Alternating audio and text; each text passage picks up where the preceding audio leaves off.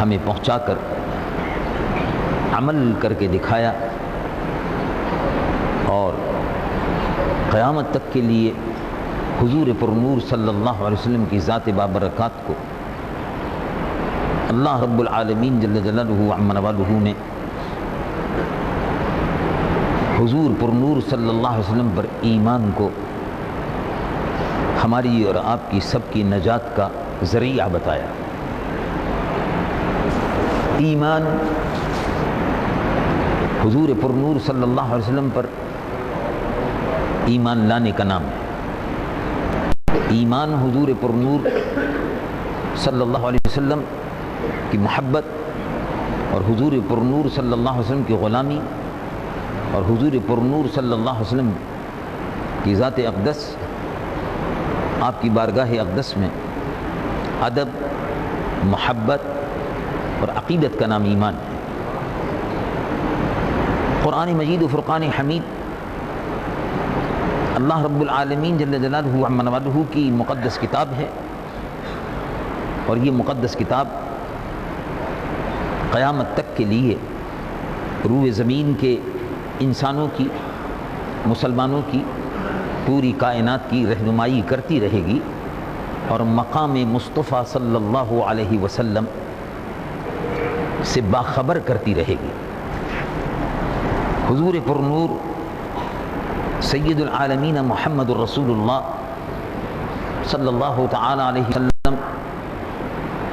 کا مقام حضور پرنور صلی اللہ علیہ وسلم کی ذات اقدس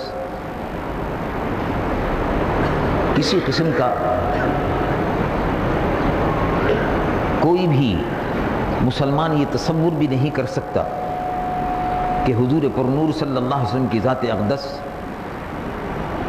اہل ایمان کے نزدیک معاذ اللہ متنازع ہو۔ حضور پرنور صلی اللہ علیہ وسلم کی ذات اقدس بے عیب ہے، ہر قسم کے نقص سے، ہر قسم کے نقص سے، ہر قسم کی کمی سے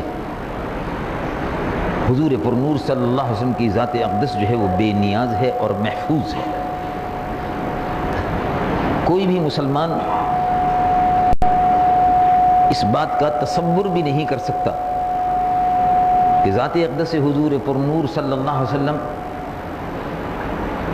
کی شان اقدس میں کسی بھی قسم کی معمولی سی بے ادبی، حضور پرنور صلی اللہ علیہ وسلم کی شان اقدس میں گستاخی، آپ کے علم اور آپ کے مرتبے میں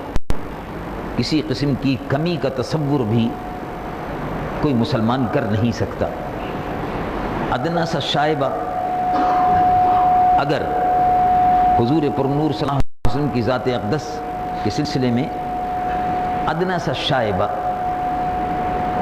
معمولی سا بھی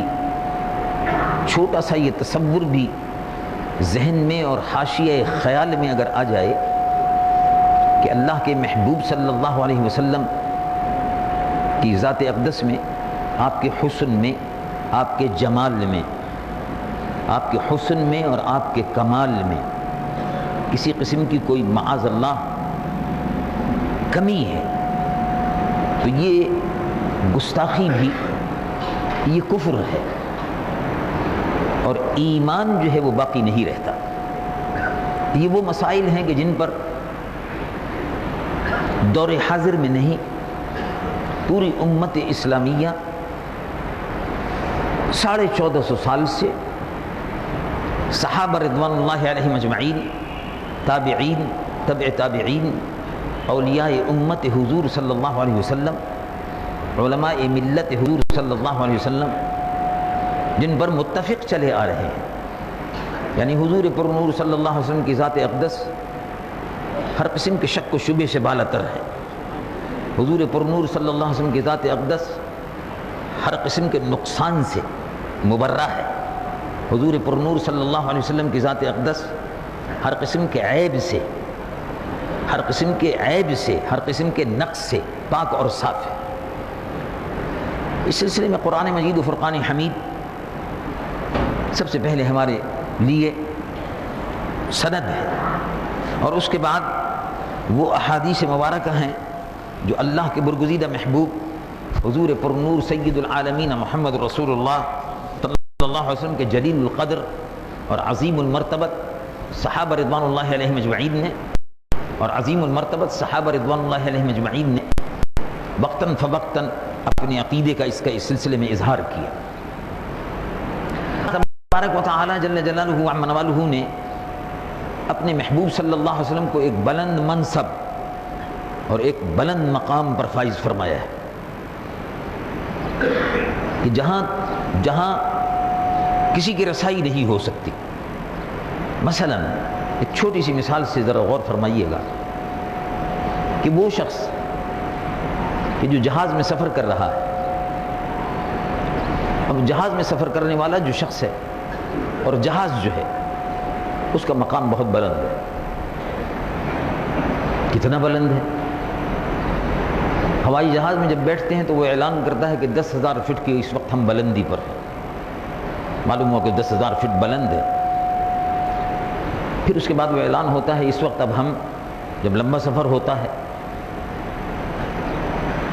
پاکستان کی فضاؤں میں جب سفر ہوتا ہے، یعنی کراچی سے ہے لاہور کا اور پشاور کا، تو کم سے کم بلندی پر ہوتا ہے، لیکن بہرحال وہ بلندی بھی 10,000 سے اوپر ہوتی ہے۔ لیکن جب لمبا سفر ہوتا ہے، پرواز جو ہے 7 گھنٹے تک مسلسل چلتی ہے، یورپ جا رہے ہیں، یا پرواز مسلسل چلتی ہے امریکہ جا رہے ہیں، آسٹریلیا جا رہے ہیں، جاپان جا رہے ہیں، تو وہ زیادہ سے زیادہ اونچی سے اونچی فضاؤں میں ہوتا ہے۔ ایسا کہ جب آپ اوپر تشریف لے جانا شروع کریں تو جو لوگ گئے ہیں ان کو معلوم ہے کہ ہوائی جہاز پہلے شہروں کے اوپر ہوتا ہے، شہروں کے اوپر سے جب وہ اور اوپر بڑھتا ہے تو تمام شہر اس کے نیچے ہوتے ہیں، پھر وہ اوپر اور اڑتا ہے تو بادل اس کے نیچے ہوتے ہیں، پھر وہ اور اوپر اڑتا ہے، پھر وہ ایسی فضا میں اور ایسے مقام پر ہوتا ہے کہ جہاں بہت سی چیزیں نیچے ہوتی ہیں اور ہوائی جہاز اوپر ہوتا ہے۔ تو ہوائی جہاز کی بلندی کا اندازہ کیپٹن کہتا ہے اب ہم 35,000 فٹ کی بلندی پر ہیں، اب ہم 40,000 فٹ کی بلندی پر ہیں، اب ہم 50,000 فٹ کی بلندی پر ہیں، اس سے اوپر کی بلندی پر ہوائی جہاز نہیں جاتا، ضرورت بھی نہیں ہے۔ لیکن آج کل ہمارا آپ خبریں سنتے ہیں، ٹیلی ویژن کو دیکھتے ہیں، ٹیلی ویژن میں بیٹھے بیٹھے پہلے یہ ہوتا تھا کہ مقامی خبریں کراچی کی دے دی جاتی تھیں اور لاہور والوں کو لاہور کے ٹیلی ویژن سے خبریں ملتی تھیں، اسلام آباد والوں کو اسلام آباد کے ٹیلی ویژن سے خبریں ملتی تھیں۔ یہ پہلے ہوتا تھا۔ سن 1962 میں جب ٹیلی ویژن انٹروڈیوس ہوا اس کنٹری میں، ٹیلی ویژن متعارف ہوا، تو اسلام آباد والے اسلام آباد کے ارد گرد 200-400 میل کے درمیان کی خبریں اسلام آباد ٹیلی ویژن سے ہوتی تھیں، اور کراچی ٹیلی ویژن حیدرآباد تک کے رقبے تک کی خبریں دے دیا کرتا تھا اور دکھا دیا کرتا تھا اسی وقت میں۔ لیکن اس کے بعد ایک چیز ایجاد ہوئی، اس کا نام رکھا گیا سیٹلائٹ۔ اس سیٹلائٹ نے براہ راست پورے پاکستان کو بیک وقت دکھانا شروع کر دیا۔ پھر اس کے بعد ہم امریکہ کی خبریں سنتے تھے، تو امریکہ میں آج جو واقعہ ہوا ہے وہ کل ہمیں بتایا جا